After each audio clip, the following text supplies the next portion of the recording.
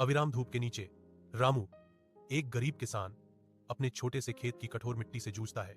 उसका चेहरा थकान और निराशा का एक कैनवास है। वह रुकते हुए अपने माथे पर पसीने की बूंदों के साथ चमकता है, अपने फावड़े पर भारी झुकता है। विशाल खेत उसकी निराशाजनक उम्मीदों को बढ़ाता है। थकान और लालसा से भरी आवाज में रामू स्वर्ग से गुहार लगाता है, क्या मेरी किस्मत कभी बदलेगी? अविराम धूप के नीचे रामू, एक गरीब किसान, अपने छोटे से खेत की कठोर मिट्टी से जूझता है। उसका चेहरा थकान और निराशा का एक कैनवास है। वह रुकते हुए अपने माथे पर पसीने की बूंदों के साथ चमकता है, अपने फावड़े पर भारी झुकता है।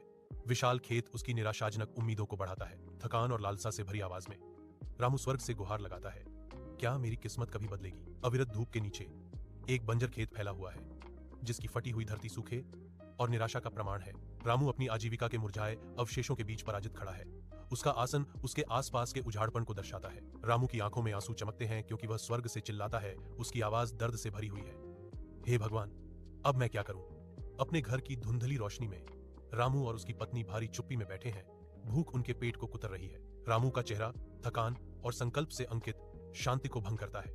मैं दूसरे गांव जाऊंगा और मजदूर के रूप में काम करूंगा। उसकी पत्नी की आवाज चिंता से भरी उसकी दृढ़ता का विरोध करती है, लेकिन तुम बहुत थके हुए हो।